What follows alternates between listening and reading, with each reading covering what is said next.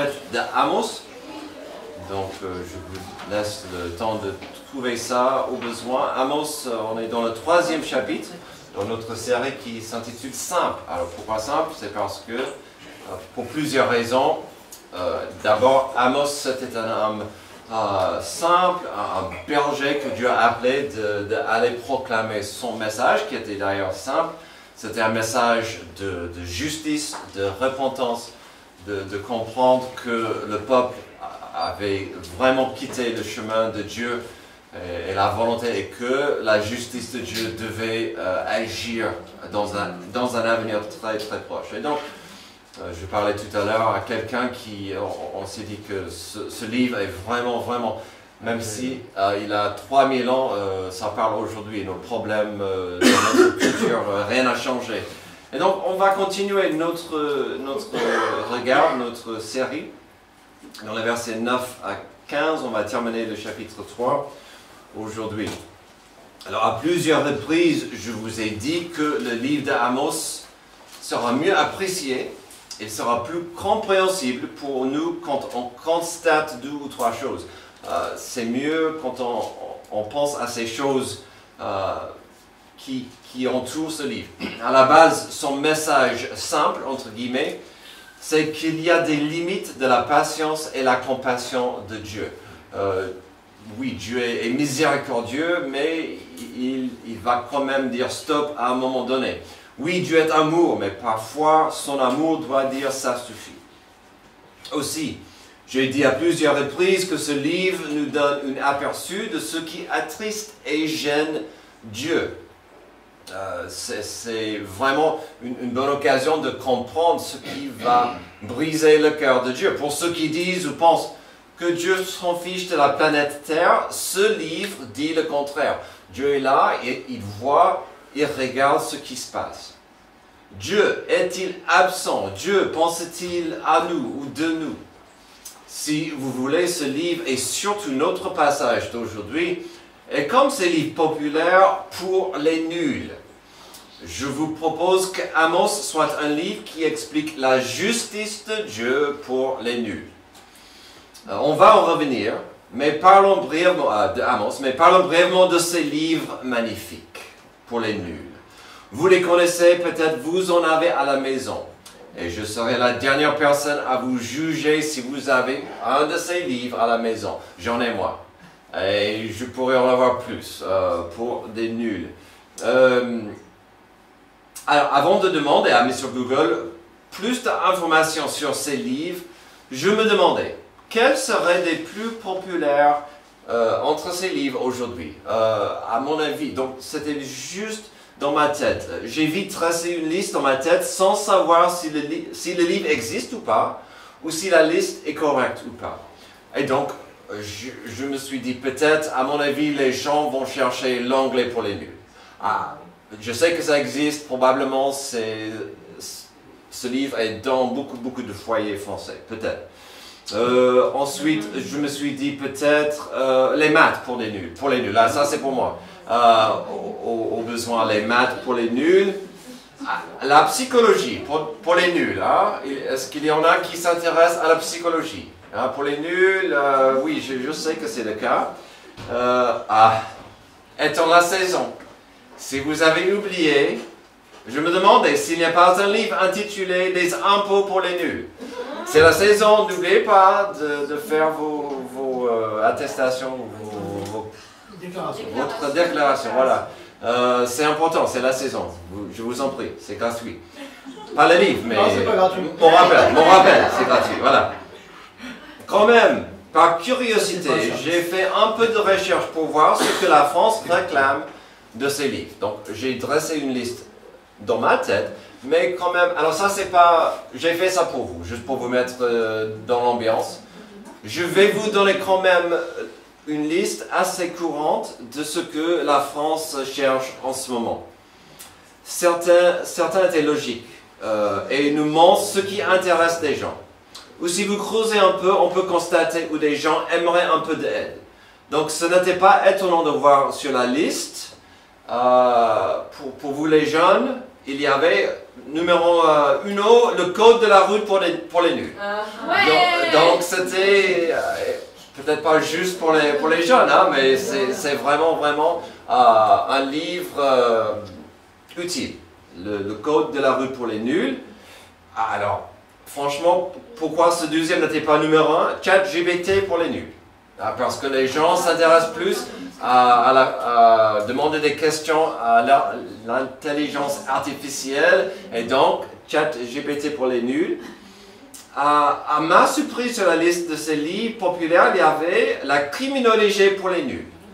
Alors, est-ce que les gens aimeraient aider avec des crimes ou faire des crimes et passer à côté, hein, je ne peux pas savoir.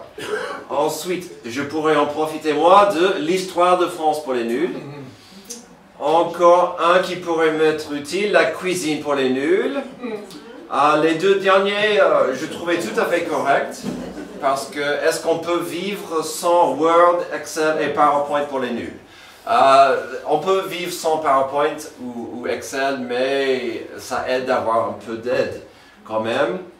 Et puisque j'en ai parlé tout à l'heure, il y avait ceci. Alors, je vous ai suggéré juste les impôts pour les nuls. Mais non, le livre c'est « Payez moins d'impôts pour les nuls ». Ah, ça c'est français, ça c'est vraiment... j'ai trouvé ça intéressant. Ce livre existe, « Payez moins d'impôts pour les nuls ». Voilà, donc, si Amos pourrait avoir le titre « La justice de Dieu pour les nuls », qu'avons-nous appris déjà après que 2 chapitres? Déjà, le livre est rassurant car on voit que Dieu a des attentes pour des étrangers, ou si vous voulez, ceux qui ne connaissent pas Dieu. Quand Amos commence de prophétiser, ce sont des jugements contre entre guillemets, des ennemis, des étrangers de loin. Et donc, on voit tout de suite que Dieu avait des attentes pour ceux qui n'étaient pas de Juda ou d'Israël. On a entendu hier un bon rappel que Israël devait être un phare pour des nations. Israël avait du mal à le faire, mais Dieu n'était pas juste, Yahvé n'était pas juste pour Israël. Il était disponible à toutes les nations. Balaam, on a parlé de Balaam tout à l'heure, il n'a pas apprécié ça, et donc il n'a pas partagé Yahvé avec ceux qui étaient autour de lui. Et donc, mais on voit en Amos que Dieu a des attentes pour des étrangers ou ceux qui ne le connaissent pas. La plupart des plaintes que Dieu avait contre ces gens tournaient autour de leur violence, leur cruauté. Et donc, ça c'est bon à savoir. Dieu n'est pas aveugle à la violence dans ce monde. Qu'avons-nous appris de plus?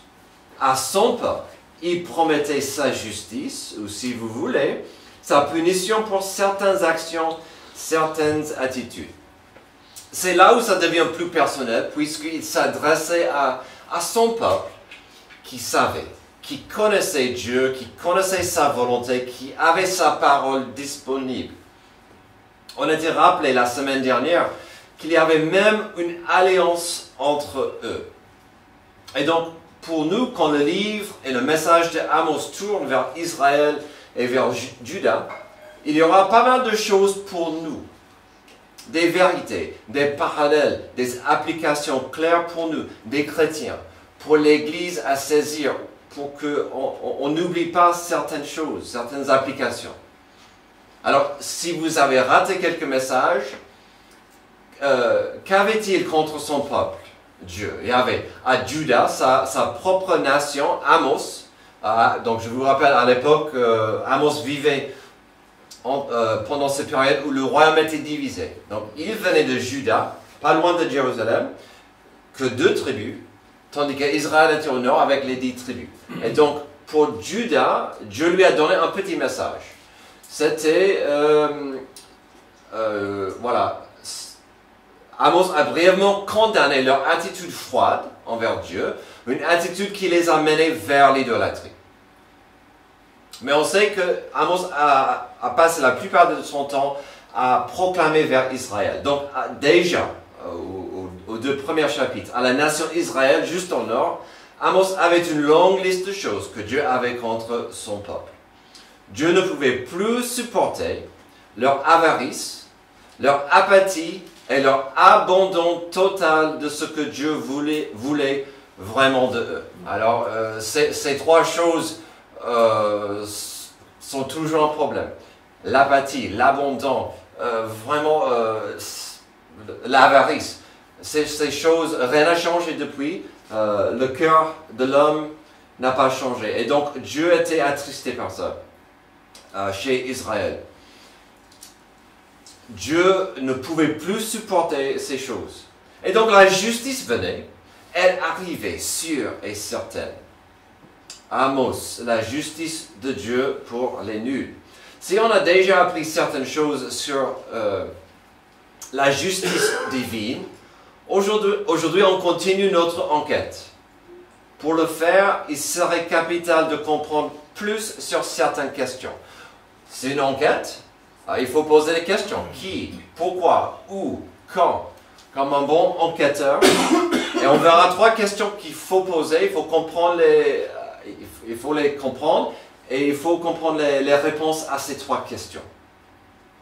Car si on ne peut pas identifier ou apprendre de ces questions et leurs réponses, on court des grands risques de tomber sous la punition de Dieu. Soyons clairs, Dieu n'a pas envie de vous punir. Ça c'est la bonne nouvelle. Dieu ne veut pas vous punir, il veut en fait que nous soyons à ses côtés, qu'on marche selon sa volonté, mais sa justice exige que nous soyons humbles, comme on a vu tout à l'heure, que nous soyons à son écoute. Et donc, on verra ces choses aujourd'hui. Quand Dieu agira dans sa justice, il y a quelques questions à comprendre. D'abord, qui serait concerné? Dieu va agir, la justice tombera. Qui serait concerné? Verset 9 et verset 10. Faites retentir votre voix dans les palais d'Asdod et dans les palais de l'Égypte et dites: rassemblez-vous sur les montagnes de Samarie et voyez quel immense désordre au milieu d'elles. Quelle violence s'y commettent. Ils ne savent pas agir avec droiture, déclare l'Éternel. Ils entassent dans leur palais le produit de la violence et du pillage. Alors, qui serait concerné? C'est une question importante quand on pense que la justice de Dieu arrive. Qui serait concerné par la justice, par la punition, par le châtiment de Dieu? Alors, bien sûr, la réponse simple, la réponse évidente, c'est le coupable. Si Dieu va agir, la justice tombera sur le coupable. Cette vérité sera soulignée et discutée plus au verset 10. Mais ce n'est pas tout à 100%. Pas tout le temps, peut-être pas à chaque fois, mais dans ce cas, la punition d'Israël était si grave et si importante que Dieu a impliqué d'autres gens dans notre passage. Donc, comme réponse à cette première question, on va dire, ça implique qui serait concerné, ça implique la communauté autour. Verset 9, il fait appel à Asdod et à Égypte. Faites retentir votre voix dans les palais d'Asdod et dans les palais d'Égypte et dites: rassemblez-vous sur les montagnes de Samarie et voyez quel immense désordre au milieu d'elles, quelle violence s'y commettent. Ce verset est fascinant à plusieurs niveaux, car la justice va tomber et Dieu invite deux peuples à venir pour observer. Pas le jugement. Il dit pas à Égypte, aux Philistins, venez voir, observer, assister à la punition. Il dit, venez voir et comprendre pourquoi le jugement vient. Comprendre la raison pour laquelle la justice va tomber. Déjà, c'est important sur la surface pour ces peuples étrangers. Comme j'ai dit tout à l'heure, on voit encore et encore cette importance que des gens qui ne sont pas des Juifs, les gens qui ne connaissent pas Dieu, qui n'ont pas une alliance avec Dieu, sont toujours impliqués.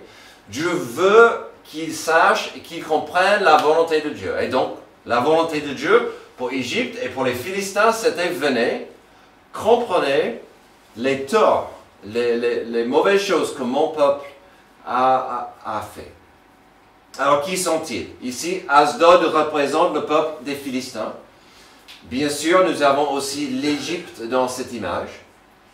La loi de Moïse nécessitait 2 témoins d'un acte important. Donc pourquoi ces deux? L'idée, c'était que les Philistins représentaient le voisin le plus coriace, le plus problématique dans la région depuis des siècles et des siècles. Les Philistins étaient ce peuple qu'Israël ne pouvait jamais vraiment enlever, arracher et vaincre. Et ils étaient juste là, à côté. Égypte était symbolique car c'était lui que Dieu a brisé pour libérer son peuple de l'esclavage, y compris l'idolâtrie impliquée dans l'esclavage. Et donc ces deux peuples, ces deux pays étaient plus que des ennemis, ils étaient historiquement deux exemples d'une pierre d'achoppement pour Israël. Et Dieu voulait que ces deux pays étudient bien pourquoi le jugement de Dieu allait tomber. C'est fascinant et triste, parce que Dieu va dire aux voisins, je veux que vous compreniez que ce témoignage est sali et empoisonné et je dois agir. À la fois, c'est fascinant et triste, car Dieu voulait que son peuple soit différent. Dieu voulait que son peuple soit unique. Dieu voulait que son peuple rayonne par sa gloire et sa puissance. Tandis que son peuple ne pouvait pas montrer le moindre de différence entre les Philistins et les Égyptiens, vis-à-vis de leur comportement et leur attitude envers Dieu, le grand Dieu, ou leur attitude envers les petits dieux, ou les déesses. Et donc, il n'y avait pas de différence. Dieu avait une alliance afin qu'il soit une différence, afin qu'il rayonne pour lui, et malheureusement, ce n'était plus le cas depuis longtemps. Dieu disait au peuple autour, si vous vous placez dans une position élevée, vous constaterez que mon peuple a échoué. C'est très triste comme passage. Le plus que j'ai étudié Amos, le plus que je reviens encore et encore au sermon sur la montagne de Jésus. Et je pense que je le cite quasiment chaque dimanche depuis qu'on a commencé Amos. Puisque dans le message, dans le sermon sur la montagne, Jésus parle énormément des péchés qui sont cachés dans le cœur. Et ces péchés qui sont cachés dans le cœur sont aussi mal et aussi poisonneux que ce qu'on commet, parfois pire. Et donc, en Matthieu 5, là, quand Jésus-Christ, la lumière du monde, a dit ceci, « Vous êtes la lumière du monde. Une ville située sur une montagne ne peut pas être cachée. Et on ne allume pas non plus une lampe pour la mettre sous un seau, mais on la met sur son support et elle éclaire tous ceux qui sont dans la maison. Que, de la même manière, votre lumière brille devant les hommes, afin qu'ils voient votre belle manière d'agir et qu'ainsi ils célèbrent la gloire de votre Père Céleste. » On voit en Matthieu 5 l'envers de ce qu'on voit à Amos 3. Dieu dit à Égypte et aux Philistins, « Venez voir combien ils ont échoué, pourquoi je dois agir dans la justice. » Tandis que Jésus nous appelle, n'oubliez jamais, on est censé briller dans ce monde obscur. On est censé briller. On a un témoignage. Quel témoignage est-ce qu'on aura envers nos voisins? Hélas, dans notre passage, l'envers est vrai, et Dieu dit aux voisins, ma justice doit tomber, et je veux que vous compreniez pourquoi. Mon peuple était censé refléter ma gloire, et vous montrer ma splendeur.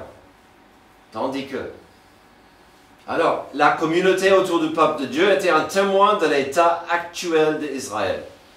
N'est-ce pas un rappel important de l'importance de notre témoignage et combien on a besoin de s'humilier devant notre Seigneur pour le suivre chaque jour? Nous allons toujours refléter l'objet de notre passion. Nous allons toujours refléter l'objet de notre adoration. Avec un peu d'observation, pourrait le monde voir qu'on reflète Jésus? Ou est-ce qu'ils vont dire en fait, un tel reflète plus sa passion pour le foot, sa passion pour l'argent, sa passion pour les jupes. Le monde verra ce qui nous passionne. Parfois la justice de Dieu implique quand même la communauté autour. Bien sûr, on verra la suite, car la justice de Dieu doit tomber sur le coupable. On a vu la communauté autour, maintenant, bien sûr, il y a le coupable.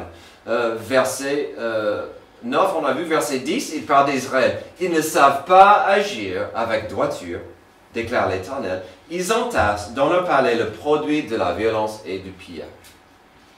Que voyons-nous? Dieu voulait illuminer quoi comme problème et sa raison d'agir contre son peuple avec sa justice.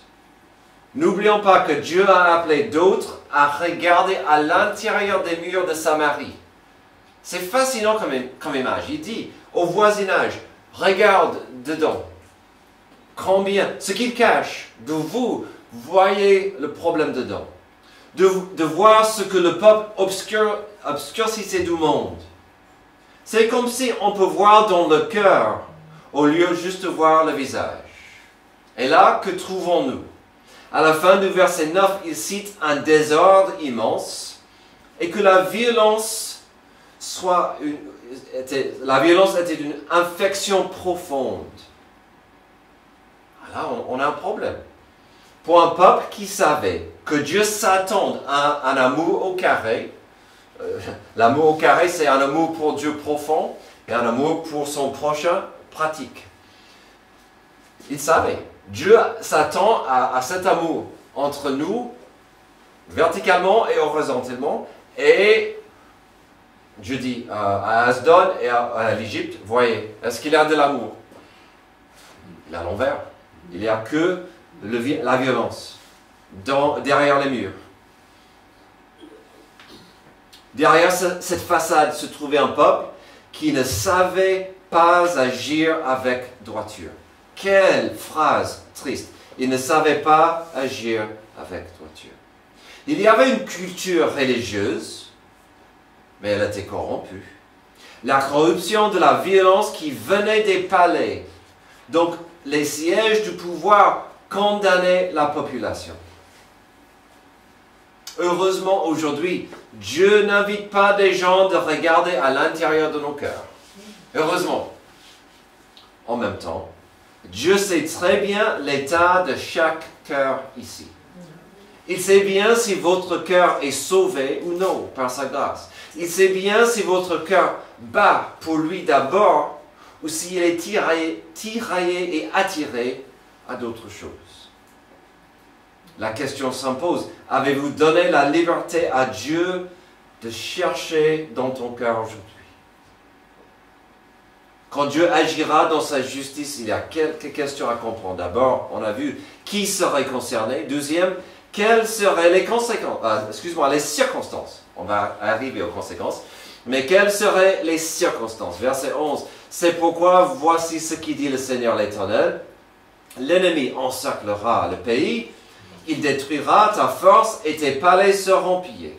Voici ce qui dit l'Éternel. Le berger ne peut arracher à la gueule du lion que 2 jambes ou un bout d'oreille. Et c'est ainsi que seront sauvés les Israélites qui sont assis dans Samarie, à l'angle d'un lit et sur des tapis de Damas. C'est un peu choquant, c'est un peu violent comme imagerie. Mais Amos ne jouait plus. Dieu proclame, il dit qu'il va agir dans sa justice, qu'il y aura un châtiment, il y aura une punition.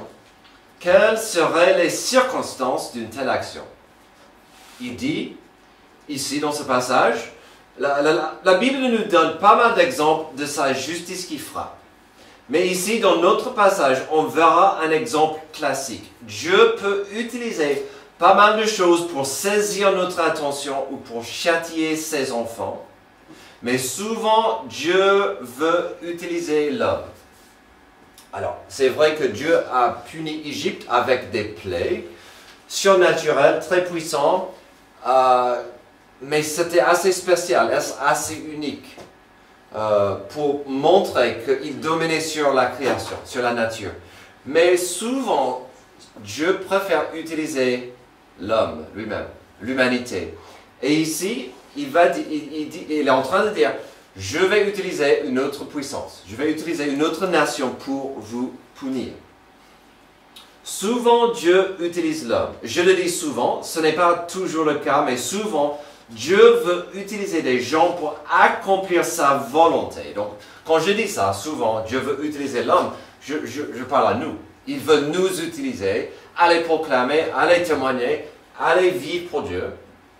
Mais dans ce cas, on voit qu'il va utiliser l'homme pour frapper. Normalement, je dis ça par rapport à l'évangile, l'importance qu'on partage l'amour de Dieu. Mais parfois, Dieu utilisera des gens pour accomplir sa volonté envers son peuple. Puisque je viens de vous rappeler qu'Israël vivait dans une période de paix et de tranquillité, il ne faut pas rater la gravité de nos deux versets ici. Dieu dit, malgré votre puissance, n'oubliez pas, il vivait dans une période de puissance, de l'aise, de confort. Dieu dit, malgré votre puissance, malgré votre confort, je vais envoyer une puissance humaine redoutable. Puis, remarque l'ironie du verset 11. Si dans les palais, on venait de voir, il a invité Égypte et les Philistins de regarder dans les palais, de regarder derrière les murs, et on voit que la violence dans les palais, derrière les murs. Et qu'est-ce qu'on voit ici? L'ironie, dans les palais, on venait de voir la violence, le pillage caché. Cet ennemi redoutable arrive et fera la même chose à eux. Ils vont détruire la force d'Israël et piller leurs biens. Donc, vous vous abusez de votre puissance? Je vais enlever la vôtre. Alors, qu'en est-il du verset 12? C'est assez violent, c'est sauvage comme image. Ce que Amos exprime ici, c'est une prophétie. Il explique qui Dieu va utiliser, parce qu'il a parlé de Damas, et ce que ce groupe allait faire. On voit dans cette prophétie, au verset 12, que la plupart du peuple d'Israël sera détruit ou arraché en Assyrie et qu'il va rester dans le pays un tout petit groupe de survivants. C'est un peu sanglant le verset 12, mais c'est ça ce qu'il dit. La plupart de vous sera détruit, il va rester un morceau, un petit groupe de gens, de survivants. Avant d'avancer à notre dernier point et de terminer notre message et passage, permettez-moi de vous rappeler du métier d'Amos avant que Dieu l'appelle. Amos 1.1 nous dit qu'il était un berger.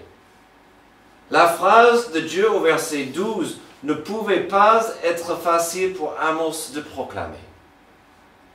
Amos comprenait mieux que la plupart des gens. Amos savait, il connaissait la peine d'une telle attaque. Il pouvait comprendre et compatir avec une telle souffrance. Un berger qui arrive à ce stade sera dévasté et humilié. Et donc, pour Amos, un berger, de dire, ça serait comme un lion, va vous déchirer en morceaux. C'était dur pour lui. C'était difficile. Quelques années plus tard, le prophète Ésaïe a dit ceci par rapport à Jésus-Christ, l'agneau de Dieu. Et on pense, il est possible que Ésaïe était gosse quand Amos prêchait. Donc, dans mon imagination, j'aimerais penser que peut-être Ésaïe pensait à Amos quand il a dit ceci. Nous étions tous comme des brebis, égarés. Chacun suivait sa propre voie et l'Éternel a fait retomber sur lui, par de Jésus, nos fautes à tous. Il a été maltraité, il s'est humilié, il n'a pas ouvert la bouche. Pareil à un agneau qu'on mène à l'abattoir, une brebis muette devant ceux qui l'attendent, il n'a pas ouvert la bouche. J'espère que vous comprenez la beauté de la parole de Dieu. Nous oriente dans notre état condamné et brisé vers le Rédempteur, vers la rédemption. Avec des morceaux brisés, avec des morceaux ruinés par le péché, aujourd'hui, Dieu nous rappelle que Jésus-Christ, l'agneau de Dieu, a pris nos péchés sur lui à la croix. Mais que ferions-nous avec cette vérité? On est brisé, notre péché nous maudit. Et qu'est-ce qu'on peut faire que d'amener ça à Jésus, l'agneau de Dieu, afin qu'il nous sauve, qu'il nous protège. Si la justice divine tombe, il ne faut pas rater l'importance de comprendre ces questions. Qui serait concerné? Quelles seraient les circonstances? Terminons avec quelles seraient les conséquences. Verset 13. Écoutez et donnez cet avertissement à la communauté de Jacob, déclare le Seigneur. L'Éternel, le Dieu de l'univers, le jour où je punirai Israël pour ses transgressions. Je frapperai sur les autels de Bethel, les cornes de l'autel seront brisés et tomberont par terre. Je démolirai les maisons d'hiver et les maisons d'été, les palais d'ivoire seront détruits, les maisons des grands disparaîtront, déclare l'Éternel. Alors, il y aura deux conséquences, puisqu'on parle des conséquences. Il y aura deux conséquences importantes à saisir ici, et elles sont très logiques et très importantes. D'abord, Yahvé, le vrai Dieu, l'Éternel allait toucher, il allait frapper, il allait enlever l'idolâtrie du peuple. Ça, c'est la première chose qu'on voit au verset 13 et 14. Israël se vantait de leur puissance, qui venait d'une part de leur croyance en Dieu. Ils avaient une présence militaire très forte, ils avaient des villes bien fortes, ils avaient de la richesse, la vie était belle. Et une des raisons, c'était parce qu'on est croyant. Dieu nous protège. Ici, Israël se vantait de leur puissance qui venait de leur croyance en Dieu. Ici, Dieu va dire stop. Permettez-moi de vous donner une petite leçon d'histoire ici pour mieux comprendre le contexte. Comme j'ai dit, Amos était dans cette période avec les deux royaumes. Il s'agit de la période triste quand le royaume de David s'est divisé en deux. Notre petite leçon d'histoire. Après la mort du roi Salomon, le royaume s'est divisé en deux. Israël, avec ses 10 tribus, était dans le nord. 1 roi 12, 26 à 33 explique que le nouveau roi d'Israël, Jéroboam, craignait de perdre son pouvoir à cause de la présence du temple et des prêtres et des lévites en Juda, à la capitale, à Jérusalem. Il a dit, oui, je suis le roi des 10 tribus, mais le peuple va voir que le temple est à Jérusalem. Je vais perdre le peuple. Adieu. Qu'est-ce qu'il a fait? 1 roi 12. C'est un des chapitres les plus tristes, mais aussi profonds dans toute la Bible, car ça explique des machinations et des manipulations de Jéroboam, le nouveau roi. Qu'est-ce qu'il a fait? Il a inventé une nouvelle religion qui était un mélange de plusieurs religions, mais il a gardé certaines choses, certaines pratiques que le peuple connaissait. Ça me rappelle de l'étude d'hier. Un peu de compromis, un peu de ceci, un peu de cela, on mijote, on mélange et on prend ce qui nous plaît. Mais dans ce mélange, vous savez ce que Jéroboam a fait? Il a organisé des prêtres, des lévites, il a organisé des sacrifices, mais aussi ce qu'il a fait, il a construit 2 veaux d'or. Il a dit, voici vos dieux qui vous ont enlevé de l'esclavage d'Égypte. Vous pouvez venir adorer ces dieux dans ces sanctuaires. Et donc, il a organisé, il a construit cette fausse religion pour garder son pouvoir, pour que le peuple reste en Israël. Et donc, il y avait des autels avec des cornes où se passaient des sacrifices. Un peu comme à Juda. Et donc, au verset 14, qu'est-ce que Dieu promet de faire? Il allait prendre les autels, il allait saisir ces faux dieux, il allait saisir les cornes de l'autel qui représentaient la puissance et anéantir cette offense. On va en revenir, mais voyons brièvement la deuxième conséquence, au verset 15. Je démolirai les maisons d'hiver et les maisons d'été. Les palais d'ivoire seront détruits. Les maisons des grands disparaîtront, déclare l'Éternel. Je l'ai dit déjà, et je le redirai. La richesse n'est pas mauvaise. D'accord? D'avoir la richesse, d'avoir beaucoup d'argent, c'est pas mauvais. Qu'est-ce que j'en sais moi?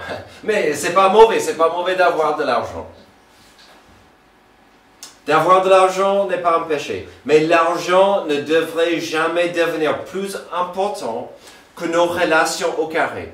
L'argent ne devrait jamais être ce qui domine mes relations envers Dieu et ma relation envers vous. Jamais. Chose qui est arrivée au peuple à l'époque. Nous avons vu déjà que l'argent et l'avarice étaient une infection grave pour le peuple. Nous avons aussi trouvé que l'avarice était si problématique que des gens riches et les gens puissants marchaient sur le dos des pauvres sans scrupules. Amos a dit, vous marchez sur la tête des pauvres et vous vendez les pauvres en esclavage, juste pour l'argent. Les riches marchaient sur le dos des pauvres sans scrupules. C'est pourquoi Dieu dit ici qu'il frappera leurs maisons de luxe. Dans un pays où le pauvre était maltraité et parfois vendu en esclavage, les puissants se vantaient de leurs palais multiples. Il est tellement simple pour nous aujourd'hui de dire que l'idolâtrie, entre guillemets, est une mauvaise idée, une perte de temps. Mais l'idolâtrie, à la base, c'est de remplacer le vrai Dieu avec quelque chose ou quelqu'un d'autre au centre de sa vie. Donc, pour Israël, Dieu disait que leur identité nationale tournait autour d'une fausse religion. Et en même temps, leurs dirigeants étaient obsédés par l'avarice et la puissance qui venait avec l'argent. Alors, si votre identité, c'est la puissance financière et une fausse religion, qu'est-ce que Dieu va faire? Il doit enlever. Il doit toucher ça. Et donc, Dieu disait qu'il allait briser et enlever les deux jambes qui soutenaient Israël. L'orgueil d'Israël restait sur deux idoles finalement, et Dieu allait enlever ces deux jambes. Encore, des mots de Jésus dans le Sermon sur la montagne retentissent. Matthieu 6, 19. Ne vous amassez pas des trésors sur la terre, où les mythes et la ruine détruisent, et où les voleurs percent les murs pour voler. Mais amassez-vous des trésors dans le ciel, où les mythes et la ruine ne détruisent pas, et où les voleurs ne peuvent pas percer les murs ni voler. En effet, là où est ton trésor, là aussi sera ton cœur. L'œil est la lampe du corps. Si ton œil est en bon état, tout ton corps sera éclairé. Mais si ton œil est en mauvais état, tout ton corps sera dans les ténèbres. Si donc la lumière qui est en toi est ténèbres, combien ces ténèbres seront grandes?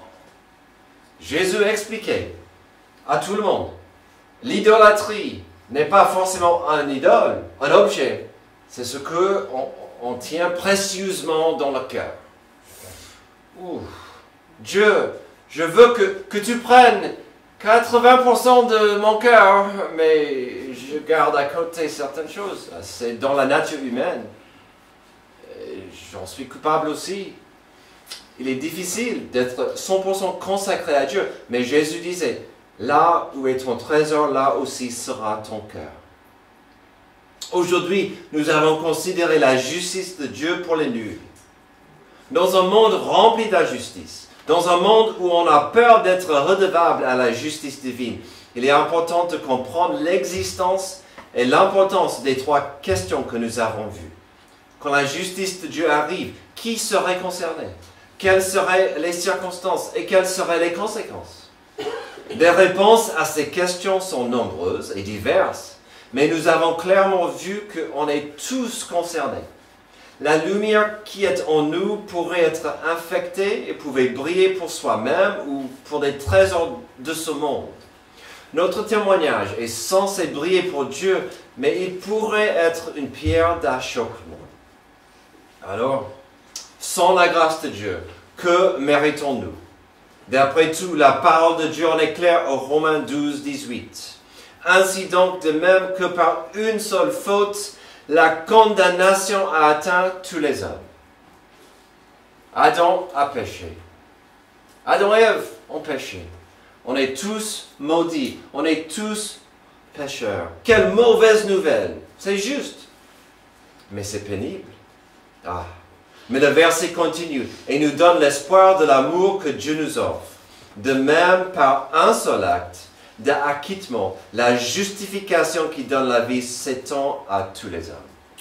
Si un seul homme nous a maudits par son péché, l'acte de Jésus à la croix est disponible pour libérer chacun. La justice de Dieu pour les nuls veut dire que oui, nous sommes maudits et que oui, nous sommes redevables pour nos péchés. Mais la justice de Dieu nous offre l'accès à son salut et ce salut vient de son grand amour. Il n'y a pas un amour plus grand que l'amour de Jésus-Christ à la croix, qui même avant de mourir priait pour le pardon de ceux qui l'ont cloué là. Je dis souvent, toute l'humanité est présente au pied de la croix. La puissance religieuse, la puissance des autorités, la puissance militaire, l'homme de la rue, les femmes, tout le monde est au pied de la croix. Mais que disait Jésus? Ceux qui m'ont mis là n'ont rien compris. Père, pardonne-leur. Mais c'est à nous de comprendre que ce pardon nous appelle à nous humilier à la croix, de marcher avec Jésus chaque jour. Merci Dieu pour ce passage qui nous rappelle de la justice, que nous sommes redevables et que notre témoignage compte pour toi. Oh, aide-nous avec notre témoignage. Aide-nous à briller pour toi. Aide-nous à intercéder pour ceux qui sont loin. Aide-nous à marcher dans l'humilité avec toi et d'aimer notre prochain et de t'aimer comme il faut. C'est dans le nom de Jésus que je prie. Amen. Levez-vous pour notre dernière.